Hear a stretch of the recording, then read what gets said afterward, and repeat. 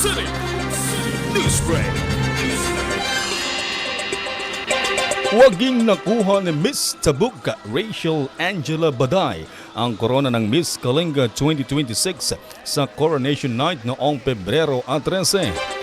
Nahigitan niya ang 7 kandidata ng ipinamalas ni Rachel na kumatawan sa lungsod ng Tabuk ang kakaibang kombinasyon ng talino, kumpiyansa at likas na karisma mula sa pagramba ng evening gown hanggang sa pagsagot sa Q&A portion. Nangibabaw rin si Rachel nang masungkit niya ang Best in Evening Gown Award kung saan namayagpag ang kanyang elegante at regal na tindig sa entablado. Bukod dito, itinanghal din siyang Miss Montana Misora Holmes, dagdag na patunay ng kanyang malawak na suporta at kahangahangang personalidad. Ayon sa mga hurado, kapansin-pansin ang kanyang malinaw na advokasya at ang lalim ng kanyang pananaw bilang kabataang leader sa kanyang mga pagsagot sa Q&A.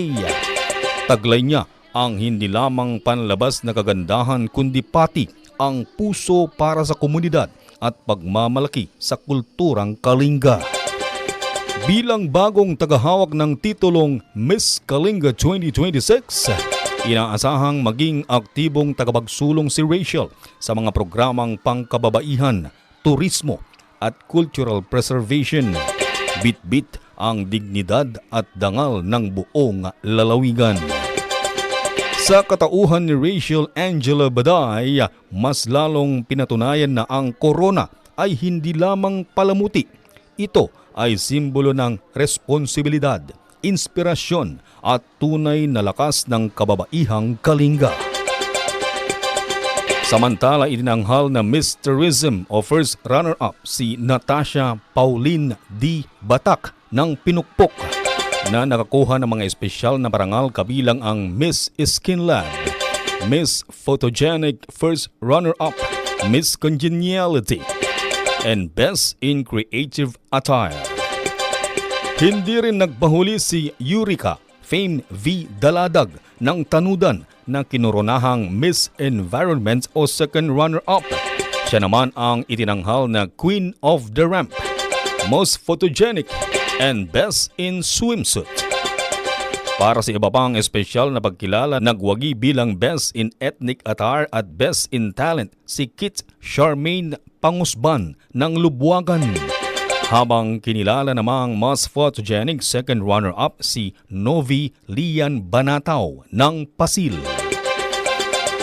Higit pa sa isang paligsahan ng kagandahan, ang Miss Kalinga 2026 ay naging entablado ng pagkakaisa at pagmamalaki sa mayamang kultura ng Kalinga.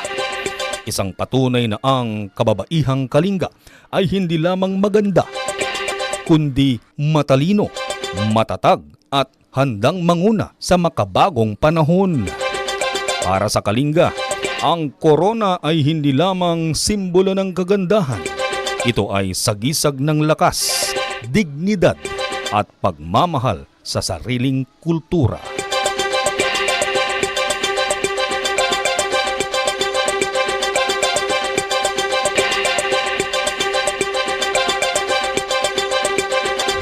At yan ang balita para sa oras na ito. Hatid sa inyo ng City Public Information Office. Ako po si Reddy Retotal. Tabuk City Newsbreak.